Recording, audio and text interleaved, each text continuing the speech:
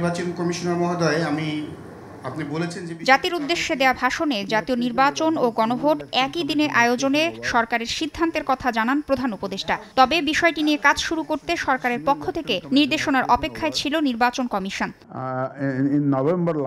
এরই মধ্যে সরকার গণভোট করার জন্য কমিশনকে চিঠি দিয়েছে জানিয়ে আগামী সপ্তাহের মধ্যে গণভোটের আইন করা হবে বলে জানিয়েছেন প্রধান নির্বাচন commissioner AMM Nasir Uddin.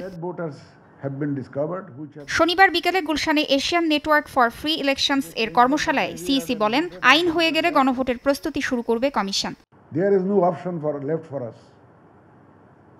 When the government enacts the law, we will have to deliver, and we are committed to deliver that referendum also as well.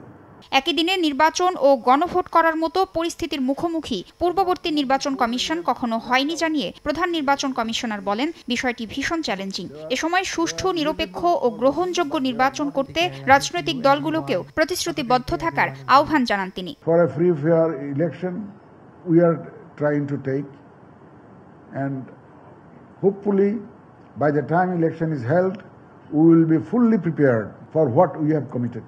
We want a transparent election, national election. There are demands that we should fix CC cameras in every polling station. দেশের রাজনৈতিক বাস্তবতা খুব একটা মসৃণ নয় মন্তব্য করে নির্বাচনের পর সব পরিস্থিতি শান্ত হবে বলেও আশা প্রকাশ করেন সিইসি। তাসনিয়া নিশাত মিম, সময় সংবাদ, ঢাকা।